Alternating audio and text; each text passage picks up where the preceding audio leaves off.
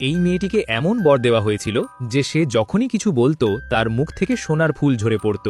এটা দেখে তার সৎমা তাকে খুব মারত এবং জানতে চাইতো, বল তোর মুখ থেকে সোনার ফুল কিভাবে বের হচ্ছে। মেয়েটি কাঁদতে কাঁদতে বলে যে সে যখন জঙ্গলের পথ ধরে যাচ্ছিল তখন একজন সাধু তাকে আশীর্বাদ করেছিলেন, যার ফলে তার মুখ থেকে সোনার ফুল বের হচ্ছে।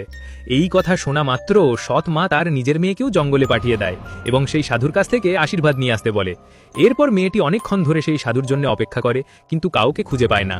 কিছুক্ষণ পর একজন বৃদ্ধ এসে তার কাছে খাবার চায়, কিন্তু এই মেয়েটি তাকে খারাপ কথা বলে তা দিতে অস্বীকার করে।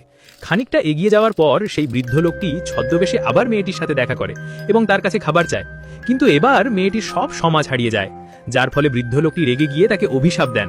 তারপর যখন মেয়েটি বাড়ি ফেরে তার মা খুব খুশি হয় এবং সবাইকে বলে যে তার মেয়ে যখনই কিছু বলবে তার মুখ থেকে সোনার ফুল বের হবে। কিন্তু যেই না মেয়েটি কথা বলে, তার মুখ থেকে সোনার ফুলের বদলে শুধু পোকা বের হতে থাকে।